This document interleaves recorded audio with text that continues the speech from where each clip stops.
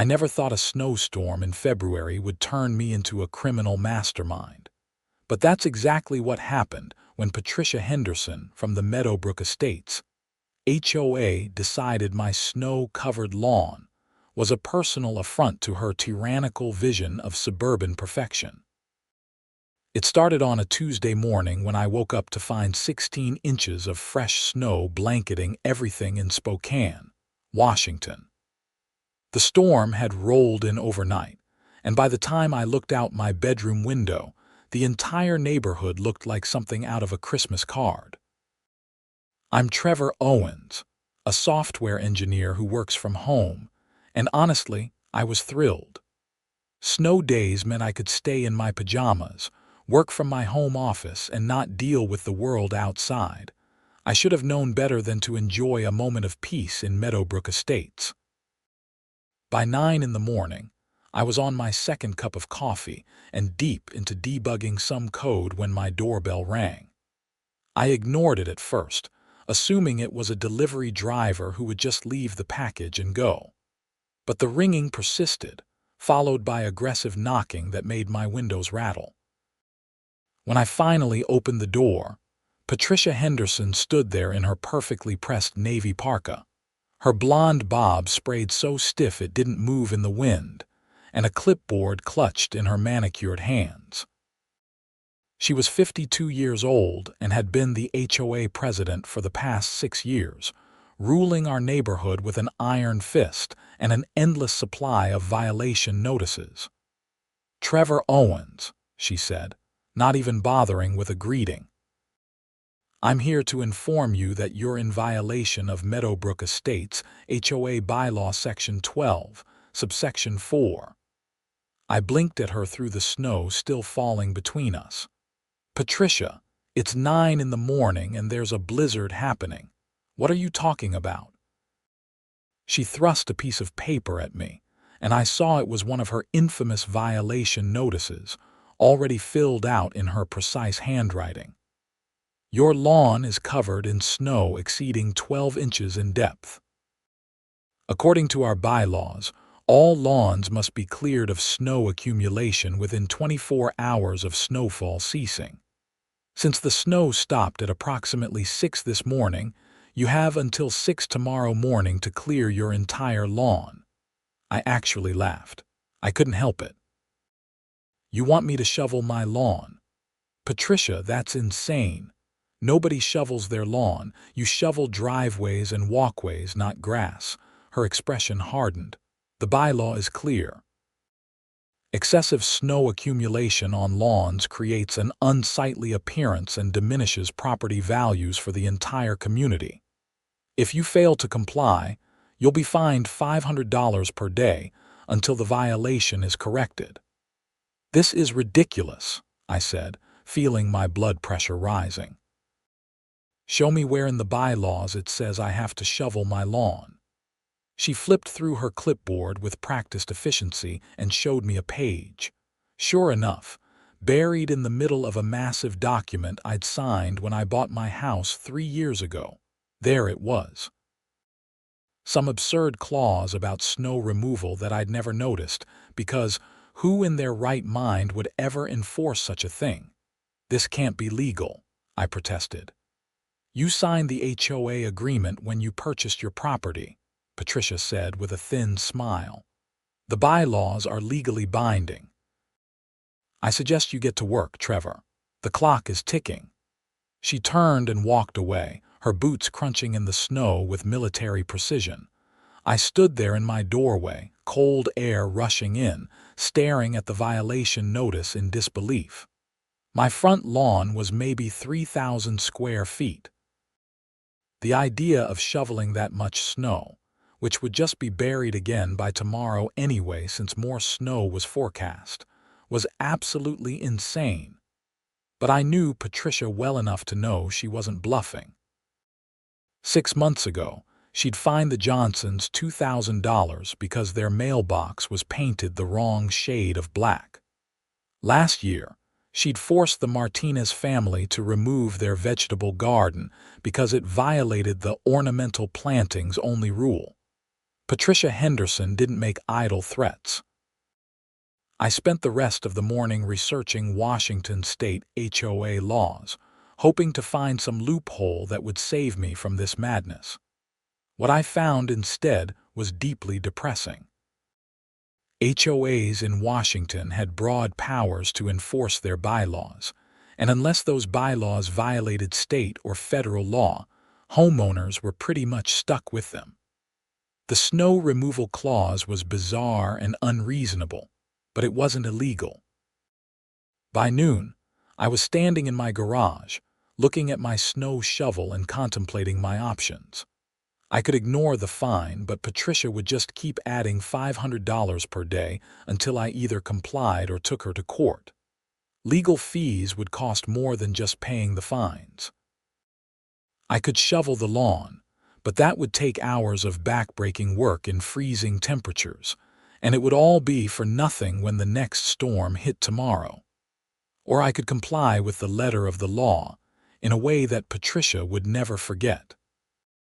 The idea hit me like a lightning bolt, and I found myself grinning despite my anger.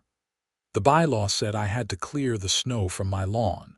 It didn't say where I had to put that snow. And Patricia Henderson lived just 4 houses down from me, at 1247 Meadowbrook Lane, in the biggest house in the development with a circular driveway that could probably fit 10 cars. I bundled up in my warmest clothes, grabbed my shovel, and got to work. The first few shovelfuls were satisfying in a way I can't fully describe. Each scoop of heavy, wet snow that I carried down the sidewalk and dumped onto Patricia's pristine driveway felt like a small act of rebellion. The snow was deep enough that I was getting a serious workout, and my back was already complaining, but I didn't care. I was a man on a mission. After about an hour, my neighbor Mike Chen came out of his house across the street. Mike was a dentist in his early 40s, a good guy who'd always been friendly despite his fear of Patricia's wrath. "Trevor," he called out, walking over with a confused expression. "What are you doing?" I leaned on my shovel, breathing hard. "Following HOA rules, Mike. Patricia wants my lawn cleared of snow. I'm clearing it." He looked at my lawn, which now had a cleared stripe about 6 feet wide running through it, then looked down the street toward Patricia's house. Understanding dawned on his face, and he started laughing. "Oh man, she's going to lose her mind." "That's the idea," I said, grinning. "You know she'll retaliate, right? Patricia doesn't forget stuff like this." "Let her try," I said. "I'm following her rules to the letter. She can't fine me for putting snow on another property." "There's no bylaw against that." Mike shook his head, still chuckling. "Well, good luck, man. This is going to be legendary." He went back inside, and I returned to my work. The physical labor was brutal. Each shovelful of snow weighed about 10 pounds, and I was making hundreds of trips. My arms ached, my back screamed, and my face was numb from the cold. But every time I dumped another load onto Patricia's driveway, I felt a surge of satisfaction that made it all worthwhile. By 3 in the afternoon, I'd cleared about a quarter of my lawn, and Patricia's driveway was starting to look like a snow dump. The pile was maybe 4 feet high and growing steadily. A few other neighbors had noticed what I was doing and were watching from their windows. I saw curtains twitching and caught glimpses of faces pressed against glass, probably equal parts horrified and entertained. That's when Patricia's Mercedes pulled onto our street. I watched as she approached her house, her brake lights flashing when she saw the mountain of snow blocking her driveway. She sat there for a long moment, and I could imagine the rage building inside her. Then she put the car in park, got out, and marched down the street toward me. "What do you think you're doing?" she shrieked, her composure completely shattered. Her face was red and not from the cold. I straightened up and gave her my most innocent smile. "Just following the bylaws, Patricia. You told me to clear the snow from my lawn. I'm clearing it." You can't dump it on my property. That's illegal. Actually, I said calmly. I checked. There's no law in Washington state against moving snow from one property to another, especially when I'm doing it to comply with HOA regulations. And there's nothing in the Meadowbrook Estates bylaws that says where I have to put the snow I clear. You just said I had to clear it. Her mouth opened and closed like a fish out of water. This is harassment. This is vandalism. It's snow, Patricia. It'll melt, eventually. I shrugged. If you'd like, I can put it somewhere else. But then I'd be in violation of your bylaw, and you'd fine me $500 a day. So unless you want to waive that fine and admit your snow removal rule is completely unreasonable, I suggest you let me get back to work. I've got a lot of lawn left to clear. She was literally shaking with anger. You are going to regret this, Trevor Owens. I will make your life in this neighborhood a living hell. Looking forward to it, I said cheerfully, and went back to shoveling. Patricia stormed off, her boots slipping slightly on the icy sidewalk. She got back in her Mercedes and backed down the street since she couldn't access her driveway. I watched her go, then returned to my task with renewed energy. I'd crossed the Rubicon now. There was no going back, so I might as well commit fully. By the time the sun started setting around 5:30, I'd cleared half my lawn, and Patricia's driveway was completely buried under an avalanche of snow. The pile was easily 6 feet high in some places and spread across her entire circular driveway. It was magnificent. It was absurd. It was exactly what she deserved. I was exhausted, soaking wet despite my winter gear, and pretty sure I'd pulled something in my shoulder, but I felt triumphant. I'd made my point.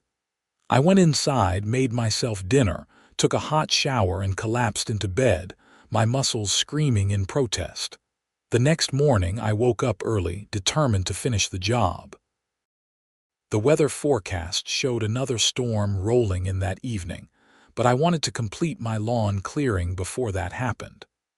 I bundled up again and headed outside, only to find that someone had already been busy. My entire driveway was blocked with snow. Not just blocked, but absolutely buried under what must have been several tons of snow that had been trucked in from somewhere. It was packed solid, at least 8 feet high, and extended all the way from the street to my garage door. There was no way I was getting my car out anytime soon. A piece of paper was taped to the wall of snow, protected in a plastic sheet. I walked over and pulled it off. It was a violation notice from Patricia, citing me for obstruction of driveway access and improper snow storage. The fine was $1,000. I couldn't help but laugh. The woman's pettiness knew no bounds. She must have paid a snow removal company to come out in the middle of the night and create this monstrosity just to get back at me. The violation notice was nonsense, of course. I wasn't the one who'd put this snow here. But Patricia clearly didn't care about logic or fairness. I pulled out my phone and took dozens of pictures of the snow wall, the violation notice, everything. Then I went back inside and started making calls. First, I called a lawyer named David Brennan who'd been recommended to me by a friend. I explained the situation, and he listened with what sounded like increasing amusement. "So let me get this straight," David said when I finished. "The HOA president fined you for having snow on your lawn, so you shoveled that snow onto her driveway, and then she retaliated by burying your driveway with snow and fining you for it." "That's exactly what happened," I confirmed. "And you have documentation of all this." "The original violation notice, photos, everything?" "Yes, all of it," David chuckled. "Trevor, this is the most entertaining case I've heard in years. I'll be honest with you. HOA law can be tricky, but what you've described sounds like harassment and retaliation from the HOA president. The original snow removal bylaw is also questionable. I'd like to review your HOA's governing documents, but I think we can build a strong case here. It'll cost you, though. My retainer is $5,000. I thought about it for exactly 3 seconds. Do it. I'm not letting Patricia Henderson bully me anymore. Great. Send me all your documentation and I'll start working on this today. In the meantime, don't do anything else to antagonize her. Let me handle it legally. I agreed, though the petty part of me wanted to rent a snowplow and push all the snow from my driveway right back onto Patricia's property. Instead, I called a snow removal company and paid them $400 to clear my driveway, which took them 3 hours with professional equipment. While they worked, I sent all my documentation to David and then spent the rest of the morning researching Patricia Henderson. What I found was illuminating. Patricia had been HOA president for 6 years, but her reign hadn't been uncontroversial. I found a Facebook group called Meadowbrook Estates Homeowners United that had over 100 members, all discussing various grievances with the HOA. Patricia's name came up again and again. She'd fine people for the color of their Christmas lights, for parking their cars in their own driveways overnight, for having grass that was a 1/4 inch too long. The list went on and on. I also discovered that there had been attempts to remove Patricia from her position, but they'd all failed. According to the HOA bylaws, removing a board member required a 2/3 vote from homeowners, and Patricia had cultivated enough allies and frightened enough people that she'd always survived the votes. But the most interesting thing I found was a post from 8 months ago by a homeowner named Rachel Foster. She'd written a long, detailed account of how Patricia had allegedly embezzled HOA funds to renovate her own house. Rachel claimed to have evidence, but said she'd been threatened with legal action by Patricia's lawyer if she shared it publicly. The post had generated a lot of discussion, but nothing seemed to have come of it. I made a note to contact Rachel and see if she'd be willing to talk to me. If Patricia was not only tyrannical but also crooked, this could get much more interesting. The next few days were relatively quiet. I didn't hear from Patricia directly, but I received 2 more violation notices in the mail. One was for my mailbox being insufficiently maintained, even though it looked exactly the same as it had for 3 years. The other was for unauthorized placement of refuse containers, because I'd put my trash cans out for pickup 12 hours before the designated time. Each violation came with a $250 fine. It was clear Patricia was targeting me, trying to nickel and dime me into submission. But I documented everything and forwarded it all to David, who assured me it was helping our case. Meanwhile, I reached out to Rachel Foster through Facebook. She responded within hours and agreed to meet me at a coffee shop in downtown Spokane. When we met on Saturday morning, Rachel turned out to be a woman in her late 30s with tired eyes and an expression that suggested she'd been through hell. "Thank you for meeting me," I said as we sat down with our coffees. "I read your post about Patricia and the embezzlement allegations." "Can you tell me more about that?" Rachel sighed deeply. "Patricia Henderson is a nightmare. I've lived in Meadowbrook Estates for 10 years, and she's made the last 6 absolutely miserable. The embezzlement thing started about a year ago. I'm on the HOA board as treasurer, and I started noticing discrepancies in our finances." "What kind of discrepancies?" I asked. "Large payments to contractors that didn't match any work being done on common areas." "Our HOA collects about $200,000 a year in fees from all the homeowners. That money is supposed to go toward maintaining common areas, landscaping, snow removal for streets, that kind of thing. But I found over $50,000 in payments to a construction company called Henderson Home Improvements over the past 2 years. When I asked Patricia about it, she said it was for repairs to the community clubhouse. But I checked, and no work has been done on the clubhouse. It looks exactly the same as it did 5 years ago. Henderson Home Improvements, I repeated. Any relation to Patricia? It's owned by her brother, Mark Henderson, Rachel said. I did some digging. The company is legitimate, but I don't think they ever did any work for the HOA. I think Patricia was funneling HOA money to her brother's company, and he was using it to renovate her house. That's fraud, I said. Why didn't you go to the police? Rachel looked down at her coffee. I tried. I went to Patricia with my concerns first, thinking maybe there was an explanation. She told me I was mistaken, and that if I spread lies about her, she'd sue me for defamation and ruin me financially. Then she had me removed from the board at the next meeting for failure to perform duties adequately. I went to the police after that, but they said it was a civil matter and told me to hire a lawyer. I did, but my lawyer said it would cost at least $20,000 to pursue the case, and there was no guarantee we'd win. I couldn't afford that. But you have evidence. I have copies of all the financial records showing the payments. Bank statements, invoices, everything. I kept it all because I knew someday someone would need it. She looked at me intently. Is that someone you, Trevor? I thought about it. I'd started this whole thing because of a stupid fine for snow on my lawn, but this was bigger than that. Patricia wasn't just a petty tyrant. She was a criminal, stealing from her neighbors and using her position to intimidate anyone who questioned her. Yes, I said firmly. I have a lawyer working on my case already. If you give me your evidence, I'll make sure it gets to the right people. Patricia needs to be stopped.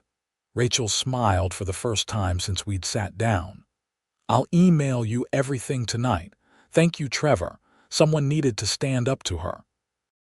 That evening, Rachel sent me a massive file containing 2 years' worth of HOA financial records, bank statements, and invoices. I forwarded it all to David with a detailed explanation of what Rachel had told me. David called me an hour later. Trevor, this is explosive, he said. If these documents are authentic, and they appear to be, Patricia Henderson has been systematically defrauding the HOA for at least 2 years. This isn't just a civil matter anymore. This is criminal fraud. We need to bring this to the authorities. What do you recommend? I asked. Let me review everything more thoroughly and prepare a comprehensive report. Then, I'll contact the Washington State Attorney General's office and the Spokane County prosecutor. This is going to take some time, but I promise you, if these allegations are true, Patricia Henderson is going to face serious consequences. Good, I said. She's had this coming for a long time. Over the next 2 weeks, things escalated in ways I never could have anticipated. David worked with Rachel and her documentation to build a case against Patricia. Meanwhile, Patricia continued her harassment campaign against me. I received violation notices for increasingly absurd infractions. My house number wasn't reflective enough. My doormat was the wrong color. My window shutters were a 1/4 inch out of alignment. Each violation came with a fine ranging from $100 to $500. I ignored them all and documented everything. David assured me that Patricia's behavior was only strengthening our case for harassment and retaliation. Then, on a Wednesday afternoon, I received a certified letter informing me that the HOA board had voted to place a lien on my property for unpaid fines totaling $8,000. If I didn't pay within 30 days, they would begin foreclosure proceedings. That was when I realized Patricia was actually trying to take my house. I called David immediately, and he was furious when I told him. She can't do this. Well, technically she can, but given the circumstances, it's unconscionable. I'm going to file an emergency motion to block the lien. This is retaliation. pure and simple, and no judge is going to allow it once they see the full picture. How long will that take? I asked, feeling genuine fear for the first time. I'd bought this house 3 years ago. It was the first place I'd ever owned. The thought of losing it because of Patricia's vindictiveness made me sick. I'll have the motion filed by tomorrow morning. We'll get a hearing within a week. In the meantime, I've been in contact with the prosecutor's office. They're very interested in the financial documents Rachel provided. They've opened an investigation into Patricia Henderson and her brother's company. Really? I felt a surge of hope. What does that mean? It means the state is taking this seriously. They'll be conducting their own audit of the HOA's finances and interviewing witnesses. If they find evidence of fraud, Patricia will be charged criminally. But these things take time. We're probably looking at several months before anything concrete happens. I don't have several months if she's trying to foreclose on my house, I said. I know. That's why we're going to stop her now. Trust me, Trevor. We've got this. The emergency hearing was scheduled for the following Tuesday at the Spokane County Courthouse. David filed a motion to block the lien and included extensive documentation of Patricia's harassment, the questionable HOA bylaws, and evidence of the ongoing fraud investigation. Patricia had her own lawyer, a slick guy named Ronald Baker who specialized in HOA law. I sat in the courtroom feeling like I was in an episode of a legal drama. The judge was a woman in her 60s named Judge Sarah Mitchell, who had a reputation for not tolerating nonsense. David presented our case methodically, walking through the timeline of events from the original snow violation to the lien threat. He showed the judge photos of Patricia's retaliation with my driveway, the pattern of escalating fines for trivial violations, and Rachel's financial evidence. Ronald Baker tried to argue that the HOA was simply enforcing its bylaws and that I had refused to pay legitimate fines. He claimed the lien was a standard procedure and had nothing to do with retaliation. Judge Mitchell wasn't buying it. She looked at Patricia, who sat stiffly in the gallery with her arms crossed, and then at the evidence before her. "Miss Henderson," Judge Mitchell said, "am I to understand that you, as HOA president, issued a violation notice requiring Mr. Owens to shovel snow off his lawn?" Patricia stood up. "Yes, Your Honor. It's clearly stated in our bylaws that excessive snow accumulation must be cleared within 24 hours. And where exactly did you expect Mr. Owens to put several tons of snow from his lawn?" Patricia hesitated. "That's not specified in the bylaws. It's the homeowner's responsibility to dispose of snow appropriately. So when he put it on your driveway, you retaliated by burying his driveway with snow and issuing him a violation notice." "I did not personally put snow on his driveway," Patricia said defensively. "And the violation notice was legitimate. His driveway was obstructed by snow that mysteriously appeared overnight after he exercised what appears to be his right to clear his own property," Judge Mitchell said dryly. She turned to Ronald Baker. "Counsel, this entire situation is absurd. The original bylaw requiring lawn snow removal is questionable at best, and the pattern of violation notices issued to Mr. Owens after he filed a complaint is clearly retaliatory. I'm granting the motion to block the lien. Furthermore, I'm ordering the HOA to cease all enforcement actions against Mr. Owens until these matters can be resolved properly." "Your Honor," Ronald Baker protested, "the HOA has a legal right to enforce its bylaws." "The HOA has a legal obligation to enforce its bylaws fairly and without discrimination," Judge Mitchell corrected. "What I see here is a pattern of harassment and selective enforcement. If Miss Henderson wants to fine Mr. Owens for snow on his lawn. I expect to see evidence that she's equally enforcing that rule against every other homeowner in Meadowbrook Estates.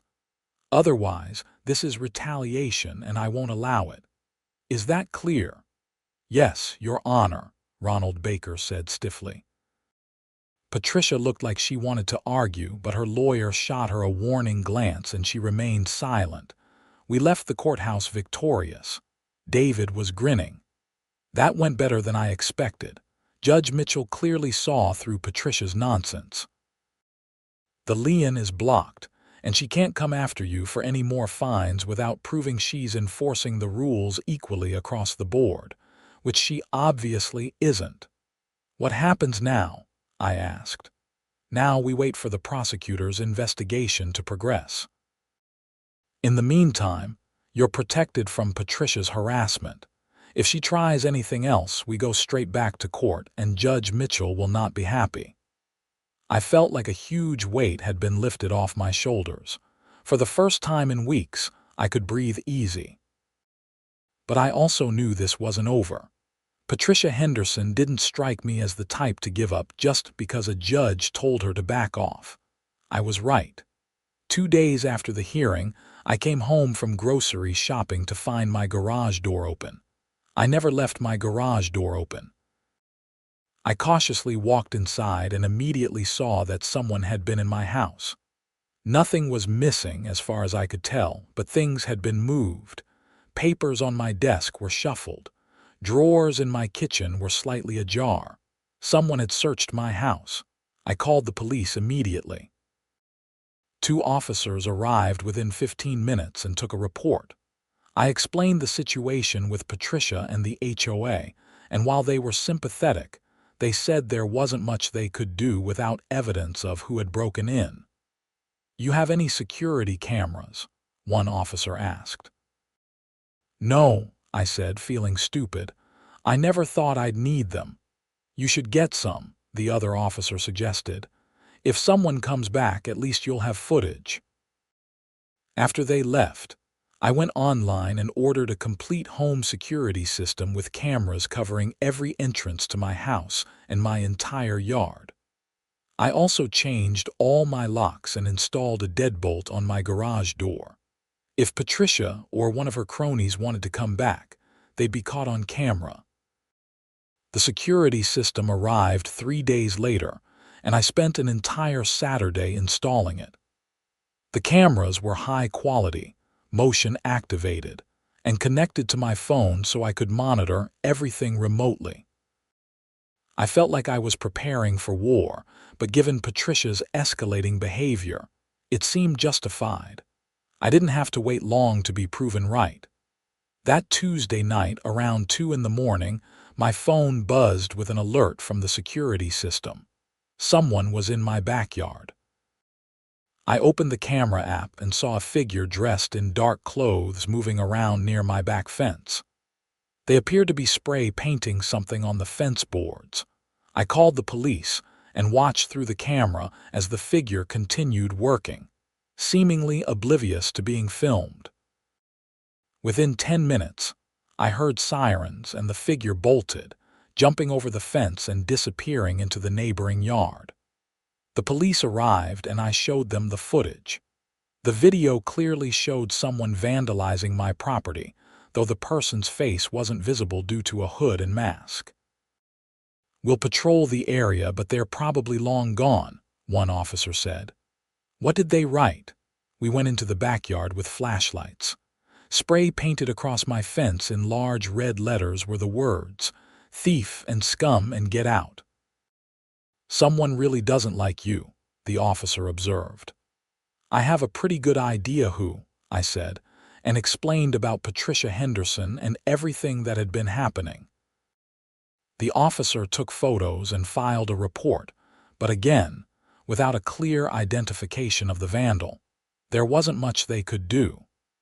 However, they did note that the report would be added to the ongoing investigation into Patricia's activities, since this seemed connected to the HOA dispute.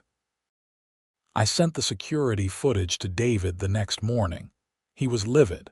This is getting out of hand. Patricia is clearly escalating. I'm going to contact the prosecutor's office and see if we can expedite their investigation. This isn't just fraud anymore. This is harassment, possibly stalking, vandalism. She's committing crimes. You think it was actually her doing the spray painting? I asked. Probably not personally, but I'd bet money she ordered someone to do it. Either way, she's creating a hostile situation and it needs to end. The next week, I got a call from an investigator with the Washington State Attorney General's office named Frank Morrison. He wanted to meet with me and discuss my interactions with Patricia Henderson and the Meadowbrook Estates, HOA. We met at a quiet restaurant, and Frank turned out to be a no-nonsense guy in his 50s with the demeanor of someone who'd seen it all. "Mr. Owens," he said after we'd ordered coffee, "I've been reviewing the financial documents provided by Rachel Foster, and I've been conducting my own investigation into the HOA's activities. What I've found is concerning, to say the least. Patricia Henderson and her brother Mark have been running what amounts to a kickback scheme. Over the past 3 years, Patricia has funneled approximately $90,000 in HOA funds to Mark's construction company for work that was never performed. That money was then used to renovate Patricia's house, install a swimming pool, and purchase a new car. $90,000, I repeated, shocked. Rachel had said $50,000, but this was nearly double that. We've traced the payments through multiple bank accounts. They tried to hide it, but the paper trail is clear. What I need from you is a detailed statement about Patricia's behavior toward you and other homeowners. Her harassment and retaliation help establish a pattern of abuse of power, which strengthens our case." I spent the next hour telling Frank everything, from the original snow violation to the spray-painted fence. He took notes and recorded our conversation with my permission. When I finished, he sat back and shook his head. "HOA fraud cases are more common than people realize," he said. "But Patricia Henderson's case is particularly egregious because of the way she's used her position to intimidate and silence anyone who questioned her. We're preparing to bring charges against both Patricia and Mark Henderson. They'll be arrested within the next 2 weeks.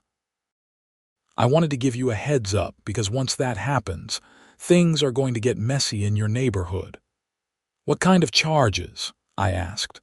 "Multiple counts of fraud, theft, embezzlement, and possibly racketeering. If convicted, they're both looking at several years in prison and substantial fines. The HOA will also have grounds to sue them civilly to recover the stolen funds." "Good," I said. I felt no sympathy for Patricia. She'd brought this on herself through years of tyranny and criminal behavior. "One more thing," Frank said. "After the arrests, there will likely be chaos in your HOA. Patricia has been president for years, and her removal will leave a power vacuum. You might want to consider stepping up and helping organize the homeowners. From what I understand, a lot of people have grievances with how things have been run." "I'm not really a leadership kind of guy," I admitted. "Maybe not, but you're the one who exposed this whole thing. People will look to you. Just think about it." The arrests happened on a Thursday morning. I was working from home when I heard the commotion outside. I looked out my window and saw 3 police cars parked in front of Patricia's house. Officers were leading Patricia out in handcuffs. She was screaming something I couldn't make out, her face red and contorted with rage. A 4th police car was parked down the street, and I saw them bringing out a man I assumed was Mark Henderson from another house. Neighbors emerged from their homes, watching the spectacle with varying expressions of shock, satisfaction, and confusion. I saw Mike Chen give me a thumbs up from across the street. Others were filming on their phones. It was surreal, like watching a movie unfold in real life. The police cars drove away with Patricia and Mark, and the neighborhood erupted into gossip. Within an hour, the Meadowbrook Estates Homeowners United Facebook group exploded with posts. Everyone wanted to know what had happened. I posted a brief explanation, saying that Patricia and her brother had been arrested for embezzling HOA funds and that there was an ongoing investigation. The response was immediate and overwhelming. People shared their own stories of Patricia's abuses. The Facebook group gained 50 new members in one day. Someone started a petition to dissolve the current HOA board and elect new leadership. Rachel Foster posted a detailed explanation of the financial irregularities she'd discovered, now that she no longer had to fear Patricia's retaliation. David called me that afternoon. I saw the news. Frank Morrison came through. How are you holding up? I'm fine, I said.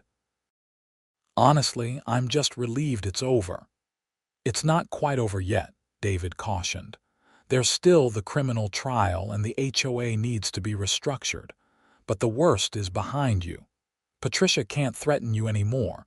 She's going to be busy dealing with felony charges. What happens to my fines? All those bogus violations she hit me with. I'm drafting a demand letter to the HOA board requiring them to vacate all fines issued to you. Given the circumstances and Patricia's clear pattern of retaliation, they'd be insane not to comply. If they refuse, we'll sue and we'll win. But I don't think it'll come to that. With Patricia gone, the remaining board members will probably be scrambling to do damage control. He was right. 3 days after Patricia's arrest, I received a letter from the HOA's interim president, a mild-mannered accountant named George Phillips, who'd been the board's secretary. The letter apologized for the inappropriate enforcement actions taken against me and formally vacated all fines and the lien threat. It also announced an emergency homeowners meeting to discuss the future of the HOA and elect new leadership. The meeting was held the following Tuesday evening in the community clubhouse, which was a modest building near the neighborhood entrance. I almost didn't go, but David had encouraged me to attend, and I was curious to see how things would unfold. The clubhouse was packed. Nearly 200 homeowners showed up, which I was told was unprecedented. George Phillips stood at the front looking nervous, trying to call the meeting to order. It took 10 minutes just to get everyone quiet. "Thank you all for coming," George said.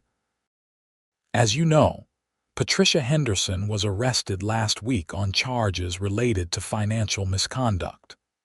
The remaining board members, myself included, had no knowledge of her illegal activities, but we accept responsibility for failing to provide adequate oversight.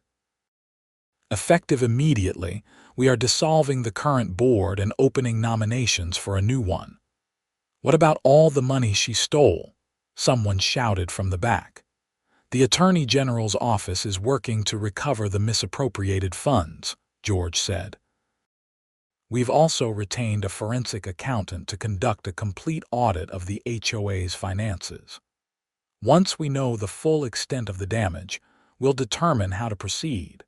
It's possible we may need to pursue a civil lawsuit against Patricia and Mark Henderson to recover what was stolen." "What about all the crazy rules she enforced?" Another person called out. "Are we still supposed to shovel our lawns when it snows?" That got a lot of laughs and started a whole discussion about the HOA's bylaws. Person after person stood up to complain about rules they found unreasonable or arbitrary. The meeting devolved into chaos for a while until Rachel Foster stood up and spoke. "Everyone, please," she said loudly, and the room gradually quieted. "I know we all have grievances with how Patricia ran things. I certainly do, but yelling isn't going to solve anything. What we need is a complete review of our bylaws. We need to identify rules that are unreasonable or unevenly enforced and amend them. We need transparency in our finances." And we need a board that actually represents the interests of homeowners, not a dictator who uses their position for personal gain. Rachel's right, said Mike Chen, standing up. I nominate Rachel Foster for HOA president. I second that, I called out, and a chorus of agreement followed. Rachel looked surprised but nodded. I'll accept the nomination. But I can't do this alone. We need a full board of people who are willing to put in the work to fix this mess. Over the next hour, we nominated and elected a new board. Rachel became president. Mike Chen became vice president. A retired teacher named Linda Hayes was elected treasurer. Several other competent, level-headed homeowners filled out the remaining positions. I declined to run for any position, explaining that I worked from home and didn't have time for board meetings, but I volunteered to help with the bylaws review committee. The meeting ended after midnight, but there was a sense of hope and unity that hadn't existed before. Patricia's arrest had galvanized the community in a way nothing else could have. We were all tired of being bullied, and now we had a chance to create something better. Over the next several months, things slowly improved. The Bylaws Review Committee, which I co-chaired with a lawyer named Natalie Thompson who lived in the neighborhood, went through every single rule in the HOA's governing documents. We eliminated dozens of ridiculous provisions, including the lawn snow removal requirement. We simplified the fine structure and created an appeals process so homeowners could challenge violations they felt were unjust. We also implemented term limits for board members and required annual financial audits. The new bylaws were put to a vote, and 90% of homeowners approved them. For the first time in years, Meadowbrook Estates felt like a real community instead of a dictatorship. Patricia and Mark Henderson's criminal case moved through the court system. They both pleaded not guilty initially, but the evidence against them was overwhelming. Frank Morrison's investigation had uncovered every fraudulent transaction, every forged invoice, every misappropriated dollar. In March, faced with the prospect of a trial they couldn't win, both Patricia and Mark changed their pleas to guilty as part of a plea bargain. Patricia was sentenced to 4 years in state prison and ordered to pay restitution of $93,000, which represented the full amount stolen plus interest. Mark received a similar sentence. They were also banned from serving on any HOA board or managing any community association for life. The HOA filed a civil lawsuit to ensure full recovery of the funds, and Patricia's house was ultimately sold to help pay the restitution. I felt a small twinge of satisfaction when I saw the "for sale" sign go up in her yard. The house sold quickly to a young couple with 2 kids who seemed nice. They had no idea about the drama that had unfolded there. As for me, life returned to normal. The security cameras stayed up, but I never caught anyone else trespassing. The violation notices stopped. My relationship with my neighbors improved dramatically since we'd all bonded over our shared experience of surviving Patricia's regime. David Brennan sent me a final invoice for his services, which totaled $12,000, but I didn't mind paying it. He'd saved my house and helped bring down a criminal. That was worth every penny. One afternoon in May, almost 4 months after the whole ordeal began, I was sitting on my front porch enjoying the spring weather when Rachel Foster walked by with her dog. She waved and came up to chat. "How are things going with the board?" I asked. "Much better," she said. "We're actually getting positive feedback from homeowners, which is nice, and the forensic audit came back clean. Patricia and Mark were the only ones involved in the fraud. Our finances are stable now that we've recovered most of the stolen money." "That's great news." "I wanted to thank you, Trevor," Rachel said seriously. If you hadn't stood up to Patricia, none of this would have happened. She'd still be stealing from us, still bullying people. You started something important. I just didn't want to shovel my lawn, I said with a laugh. Maybe, but you could have just paid the fine and moved on. Instead, you fought back, and it made all the difference. We talked for a while longer, and after she left, I sat there thinking about everything that had happened. It was strange how one petty HOA fine had snowballed into a full-blown criminal investigation and the complete restructuring of our neighborhood's governance. If Patricia had just been reasonable, if she'd listened to concerns instead of ruling through fear, none of this would have happened. But she'd chosen tyranny, and that choice had consequences.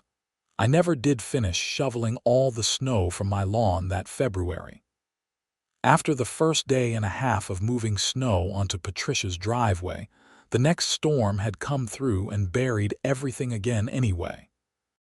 But I'd made my point, and more importantly, I'd exposed a criminal who'd been hiding behind the shield of HOA authority.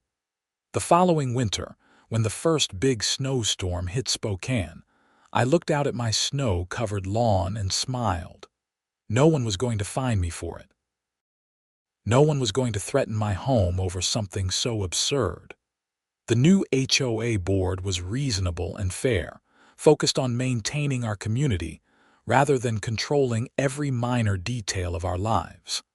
I grabbed my shovel, but this time, I only cleared my driveway and walkway, like a normal person. As I worked, several neighbors were out doing the same. We waved to each other, made small talk about the weather, complained good-naturedly about the cold. It was what suburban life was supposed to be, what it should have been all along. Mike Chen called over from across the street. "Hey Trevor, need any help?" "I'm good," I called back. "Thanks though." "Remember when you dumped all that snow on Patricia's driveway?" Mike said, laughing. "That was the most legendary thing I've ever seen in real life." "You're like a neighborhood hero." "I'm no hero," I said. "I just got fed up with the nonsense." "Sometimes that's all it takes," Mike said. "One person willing to say enough is enough." He was right, I realized. Change didn't always require some grand gesture or perfect plan. Sometimes it just required someone to stand up and refuse to accept the unacceptable. Patricia Henderson had counted on everyone being too afraid or too tired to challenge her. She'd assumed her position gave her immunity from consequences. She'd been wrong. As I finished clearing my driveway and went back inside to warm up with hot coffee, I thought about all the people in HOAs across America dealing with petty tyrants like Patricia. I hoped some of them would find the courage to fight back, to document the abuses, to demand accountability. Because the truth was, HOAs could be beneficial when run properly. They could maintain property values, organize community events, and handle shared responsibilities. But they could also become tools of oppression when the wrong people gained power. The key was vigilance and participation. The old saying about the price of freedom being eternal vigilance applied just as much to HOAs as it did to government. If homeowners didn't pay attention, didn't vote, didn't speak up when they saw problems, then people like Patricia Henderson would always find a way to exploit the system. I'd learned that lesson the hard way, but at least I'd learned it, and Meadowbrook Estates was better for it. In June, the HOA held its first annual community picnic under the new board's leadership. It was held in the common area near the clubhouse, and over 100 people showed up. There were grills with burgers and hot dogs, tables laden with potluck dishes, and kids running around playing games. Rachel gave a short speech thanking everyone for their support during the transition and talking about her vision for the future. "We're not just an HOA," she said. "We're a community. That means we look out for each other, we communicate honestly, and we work together to make this neighborhood a place we're all proud to call home." The last few years under the previous administration were difficult, but we've come through it stronger. We've learned what we don't want, and now we're building what we do want. Thank you all for being part of that." Everyone applauded, and the picnic continued in a spirit of genuine camaraderie that I'd never felt before in Meadowbrook Estates. I spent the afternoon talking with neighbors I'd barely known before, playing catch with some kids, and actually enjoying being part of an HOA community for the first time. As evening approached and people started packing up, Natalie Thompson, the lawyer who'd worked with me on the bylaws committee, came over. "This turned out nice," she said. "It really did," I agreed. "You know, Trevor, what you did took guts. A lot of people would have just paid Patricia's fines and kept their heads down. The fact that you didn't, the fact that you fought back even when it would have been easier to give in, that's admirable." "I don't know about that," I said. "I just have a stubborn streak." "Stubbornness in the face of injustice is called integrity," Natalie said with a smile. "Don't sell yourself short. You made a difference here." After everyone left and I was walking back to my house in the twilight, I thought about her words. Maybe I had made a difference. Not by being a hero or doing anything extraordinary, but just by refusing to accept that Patricia Henderson's version of normal was acceptable. By insisting that rules should be fair, that power should be checked, and that communities should serve their members rather than the other way around. The legal aftermath of Patricia's crimes continued for several more months. The restitution payments came slowly as her assets were liquidated.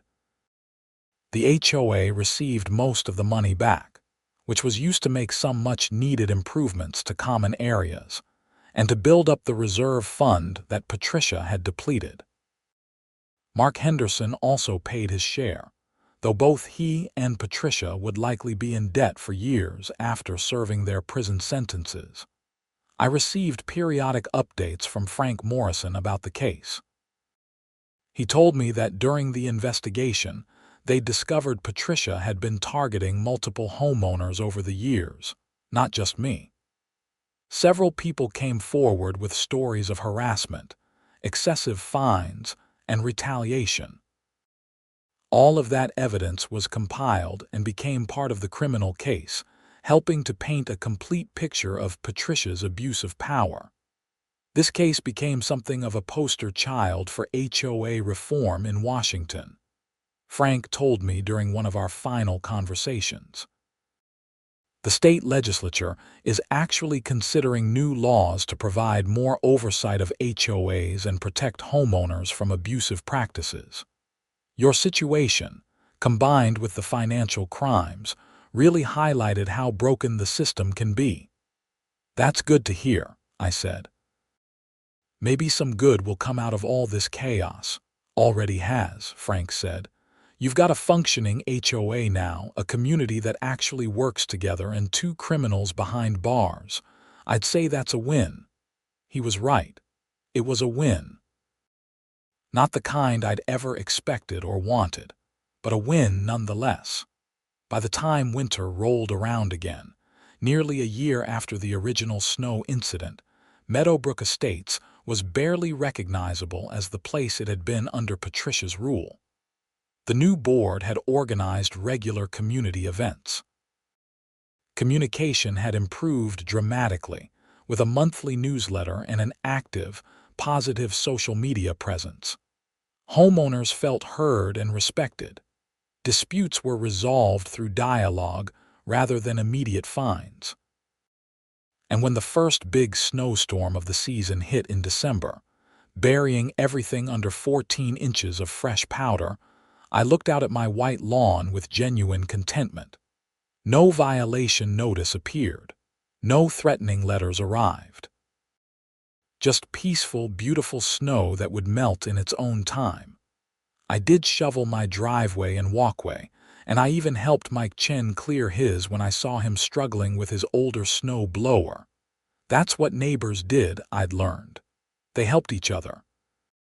They didn't fight petty battles over absurd rules. They worked together to make life better for everyone. As I stood in my driveway that evening, catching my breath from the physical work and watching the sun set through the winter clouds, I realized that the whole experience had changed me. I'd always been the type to avoid conflict, to keep my head down and not make waves. But standing up to Patricia had shown me that sometimes conflict was necessary. Sometimes you had to fight for what was right, even when it was hard, even when it would be easier to just go along. The lawsuit against Patricia and Mark was finally settled in January, almost exactly 1 year after this all began. The HOA recovered every dollar that had been stolen, plus legal fees and interest. Patricia and Mark would be making payments for the foreseeable future, but that was their problem now. The HOA's finances were secure, and the stolen money had been returned where it belonged. Rachel Foster sent me a personal thank you note along with a small plaque that read, "To Trevor Owens, whose courage to stand up for what's right changed our community for the better. With gratitude, Meadowbrook Estates, HOA." I hung the plaque in my home office, not out of pride but as a reminder. A reminder that ordinary people could make a difference when they refused to accept injustice. A reminder that systems of power, whether governments or HOAs, needed accountability and oversight. A reminder that sometimes the right thing to do was the hard thing. The most surreal moment came in March when I received a letter from Patricia Henderson herself. It was forwarded through David Brennan, since Patricia wasn't allowed to contact me directly due to a restraining order that had been issued during the criminal proceedings. The letter was brief. "Mr. Owens, I am writing to you from the Washington Corrections Center for Women where I am currently serving my sentence. I have had a great deal of time to reflect on my actions and the harm I caused. I want you to know that I take full responsibility for what I did. The embezzlement, the harassment, all of it was wrong. I let power go to my head and I hurt people who were simply trying to live their lives in peace. You were right to stand up to me. I was wrong in everything I did. I hope that someday you can forgive me, though I understand if you cannot. I also hope that Meadowbrook Estates is thriving under better leadership than I provided. Sincerely, Patricia Henderson." I read the letter twice, trying to gauge whether it was sincere or just an attempt to improve her image. In the end, I decided it didn't really matter. Patricia had faced consequences for her actions, and whether she was truly remorseful or not, justice had been served. I didn't respond to the letter, but I didn't throw it away either. I filed it with all the other documents from the case, a complete record of everything that had happened. Life moved on. Spring arrived, bringing with it the annual task of yard work and the preparations for another community picnic. The new HOA board had transformed the neighborhood in ways that went beyond just removing a corrupt president. We had community garden plots now, where residents could grow vegetables. We had a neighborhood watch program that was actually about safety rather than spying on each other for bylaw violations. We had quarterly town halls where homeowners could voice concerns and offer suggestions. It wasn't perfect. There were still disputes and disagreements, but they were handled fairly and reasonably with actual communication and compromise. That was all anyone could ask for. On the anniversary of the day, Patricia had first knocked on my door with that snow violation notice. I found myself thinking about how much had changed in just 1 year. I'd gone from being a quiet, keep-to-yourself kind of person to someone who'd taken down a corrupt HOA president and helped rebuild an entire community's governance structure. It wasn't something I'd ever planned or wanted, but looking back, I wouldn't change it. Well, except maybe I would have invested in that security system earlier. That would have saved some trouble. I was pulled from my thoughts by a knock on the door. For a split second, I felt that old anxiety, wondering what violation notice awaited me. Then I remembered. Those days were over. I opened the door to find a young couple standing there with a casserole dish. "Hi," the woman said with a friendly smile. "We're Emma and Jason Carter. We just moved into the Henderson house down the street. We wanted to introduce ourselves and bring you this as a thank you." "Thank you for what?" I asked, confused. "For making this neighborhood what it is," Jason said.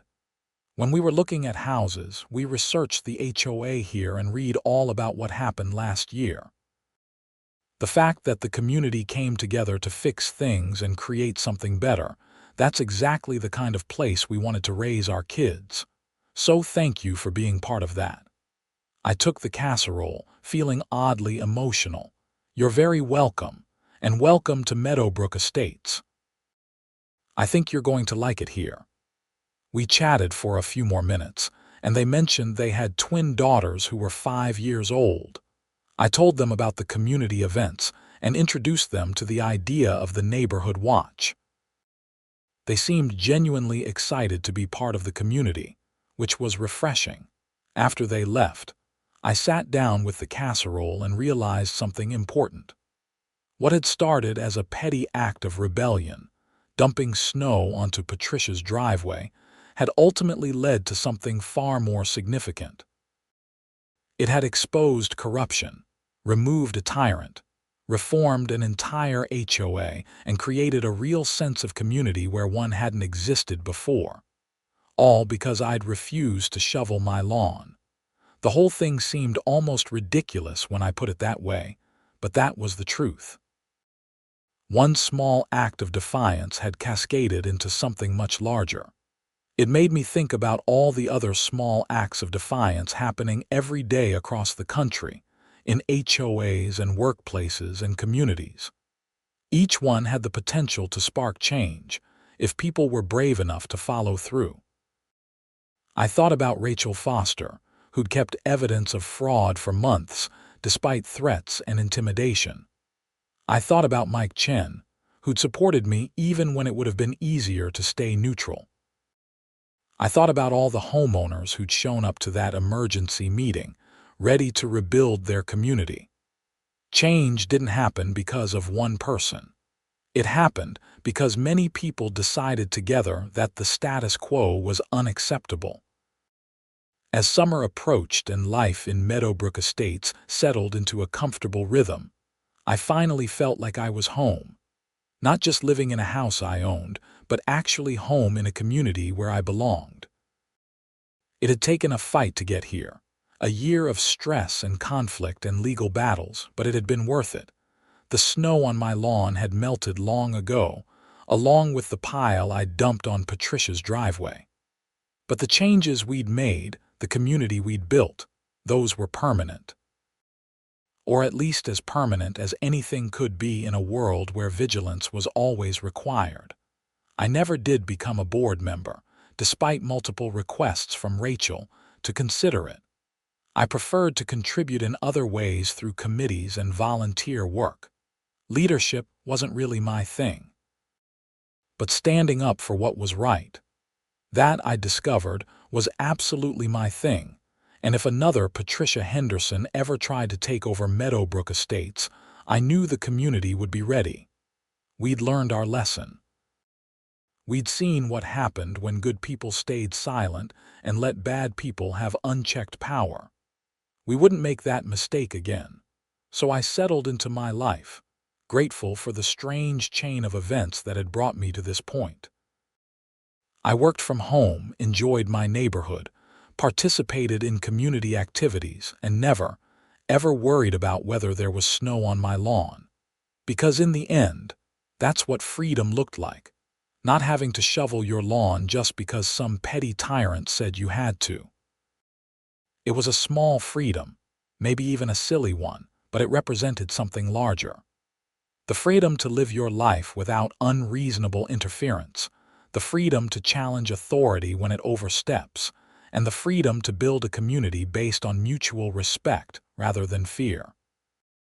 Those were the freedoms Patricia Henderson had tried to take away, and those were the freedoms we'd fought to reclaim. And every time I looked out at my lawn, whatever season it was, I remembered that fight and felt proud of what we'd accomplished together. The story could have ended with Patricia's arrest, or the court victory, or the HOA reforms. But the real ending was this: a community learning to govern itself with wisdom and compassion, neighbors becoming friends instead of adversaries, and one stubborn software engineer discovering that sometimes the best way to solve a problem was to grab a shovel and start digging, even if you ended up dumping that snow somewhere unexpected. Life in Meadowbrook Estates went on, better than before, because we'd all learned that our community was worth fighting for. And that was the best possible ending I could have asked for.